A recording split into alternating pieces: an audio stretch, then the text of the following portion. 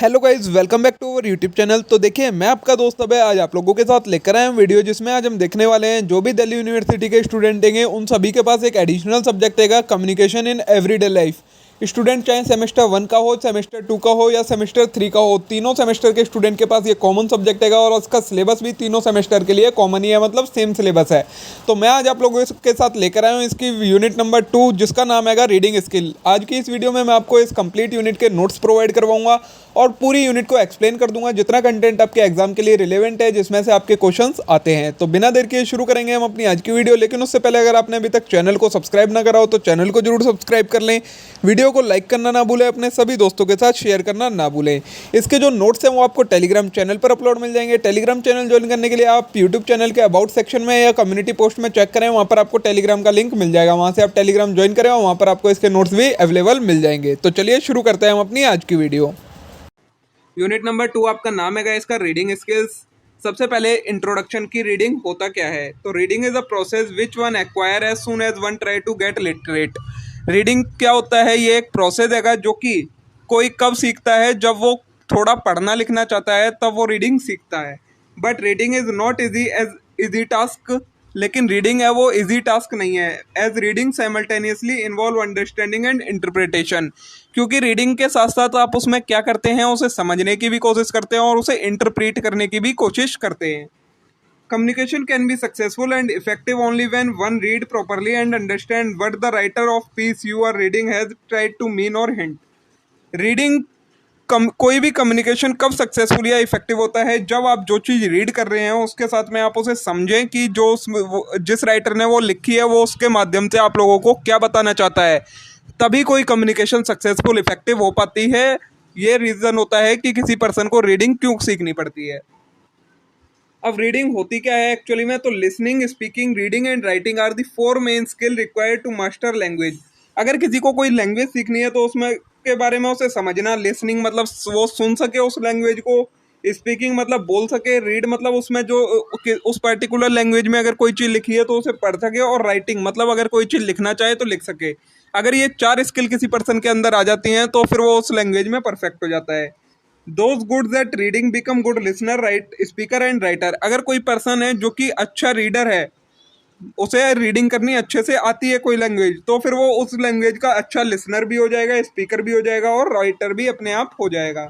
Reading is for pleasure, examination, general information, specific knowledge, problem solving, draw logic etcetera. Reading किसके लिए जरूरी है, pleasure के लिए मतलब अपनी शांति के लिए, एग्जामिनेशन से रिलेटेड एग्जाम के लिए, जनरल इंफॉर्मेशन के लिए, स्पेसिफिक नॉलेज के लिए, प्रॉब्लम सॉल्विंग के लिए और लॉजिक ड्रॉ करने के लिए। ठीक है। रीडिंग्स की कुछ टेक्निक्स होती हैं। There are 4 main reading techniques which are used for specific situation. Total 4 techniques बताई गई हैं आपको। नंबर 1 आती है आपकी scanning, is reading with specific purpose in mind for specific information. Scanning क्या होती है, जब आप किसी स्पेसिफिक पर्पस से रिलेटेड रीडिंग करते हैं, मतलब आप कोई चीज़ रीडिंग कर रहे हैं उसमें से आपको कोई स्पेसिफिक इन्फॉर्मेशन चाहिए, तो वो कहलाती है आपकी scanning. When one read an entire text document quickly while looking for specific information, it is called scanning. जब कोई पर्सन स्कैनिंग करता है तो उसमें वो क्या करता है, जो डॉक्यूमेंट वो पढ़ रहा है वो बहुत ज़्यादा स्पीड में रीड करता है। उसके बाद आता है आपका skimming, is speed reading for curiosity, overview for general information. Skimming क्या होता है, जब आप सिर्फ जनरल इंफॉर्मेशन के लिए कोई चीज़ पढ़ते हैं तो उसे कहा जाता है skimming. Going through an entire newspaper quickly through the headline is an example of skimming. मतलब जब आप न्यूज़पेपर पढ़ते हैं और आप उसमें न्यूज़पेपर की हेडलाइन पढ़ते हैं तो ये आपका स्कीमिंग कहलाता है। Do not accept a deep comprehension of written text after skimming. अगर कोई पर्सन स्कीमिंग कर रहा है तो फिर आप उससे कोई ज़्यादा नॉलेज गेन नहीं कर सकते, क्योंकि उसने सिर्फ हेडिंग पढ़ी होती है। थर्ड आता है आपका intensive close reading, is a specific reading piece for a specific purpose. It is going into minutest detail of a particular word, phrase, line, para. ये थर्ड टाइप की क्या है, इंटेंसिव क्लोज रीडिंग। ये एक ऐसी रीडिंग होती है जिसमें आप कोई स्पेसिफिक चीज़ पढ़ रहे होते हैं किसी स्पेसिफिक इन्फॉर्मेशन के लिए, लेकिन आप उसे बिल्कुल डीप में जाकर पढ़ रहे होते हैं। हर एक वर्ड का, हर एक लाइन का और हर एक पैरा का मतलब आपको पता होता है। फोर्थ है एक्सटेंसिव रीडिंग, तो is a kind of general reading for general information. ये क्या होती है, एक जनरल रीडिंग होती है जनरल इन्फॉर्मेशन के लिए। Generally this technique is used for pleasure reading, like reading a novel for pleasure. ये किस लिए हम करते हैं? जब हम अपनी प्लेजर के लिए कोई काम करते हैं, मतलब एक तरीके से हमको अच्छा लगे कोई चीज़ और उसके लिए हम रीडिंग कर रहे हैं, तो वो कहलाती है आपकी एक्सटेंसिव रीडिंग, जो कि आप नॉवल वगैरह पढ़ते समय करते हैं। One does not mind certain difficult term or expression and goes on without stopping for their clarification. जब भी कोई एक्सटेंसिव रीडिंग करता है तो वो जो अगर कोई ज़्यादा टिपिकल वर्ड होते हैं तो उन्हें ऐसे ही जाने देता है, ओवरव्यू कर लेता है उनका बस, लेकिन उनकी मतलब समझने की कोशिश नहीं करता है। Until they become hindrance in overall understanding.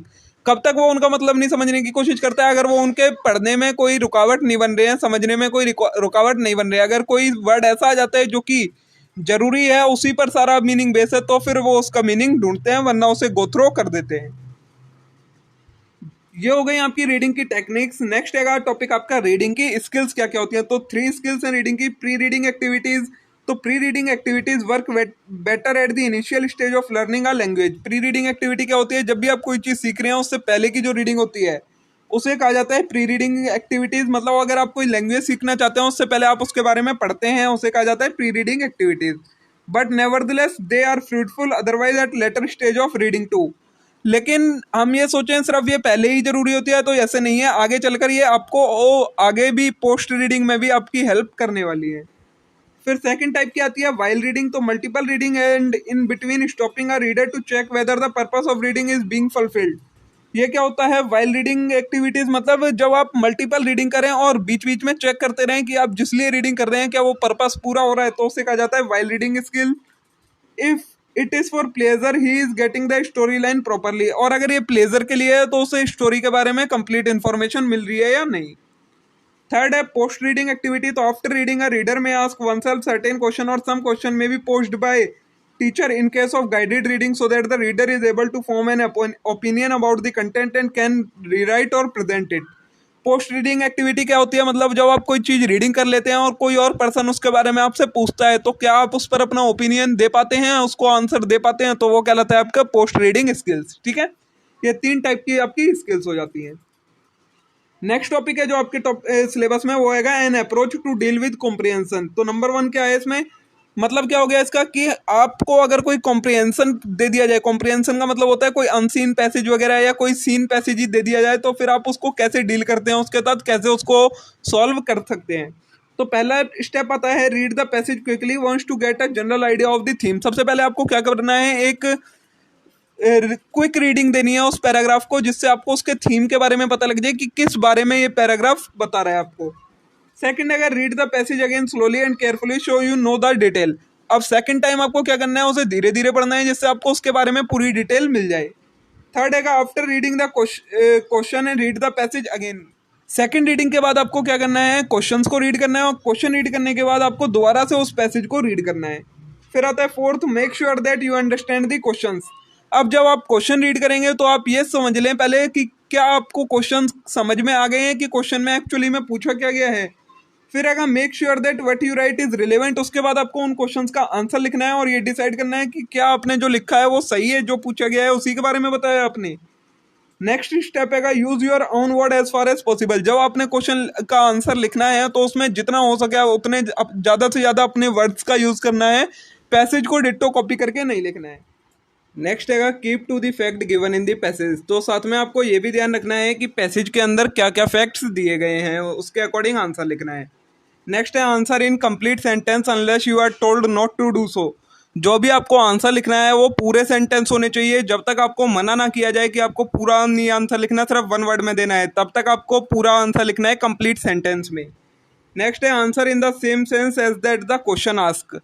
मतलब जिस तरीके से क्वेश्चन पूछा गया है उसी सेंस में आपको उसका आंसर देना है, आप उसकी सेंस चेंज ना करें तो ज़्यादा अच्छा रहेगा। ठीक है, तो देखिए दोस्तों, इसी के साथ हमारी ये यूनिट कंप्लीट हो जाती है। बहुत छोटी सी यूनिट थी, इसके अलावा आपको इस यूनिट में और कुछ भी करने की ज़रूरत नहीं है। जितना मैंने आपको बता दिया सिर्फ इतना ही आप कर लेंगे तो आपके एग्ज़ाम में काफ़ी अच्छे नंबर आ जाएंगे। अब हम मिलते हैं नेक्स्ट वीडियो में आगे के कंटेंट के साथ। तब तक के लिए आप वीडियो को लाइक करें, चैनल को सब्सक्राइब करें, वीडियो को अपने सभी दोस्तों के साथ शेयर जरूर कर दें। Thank you.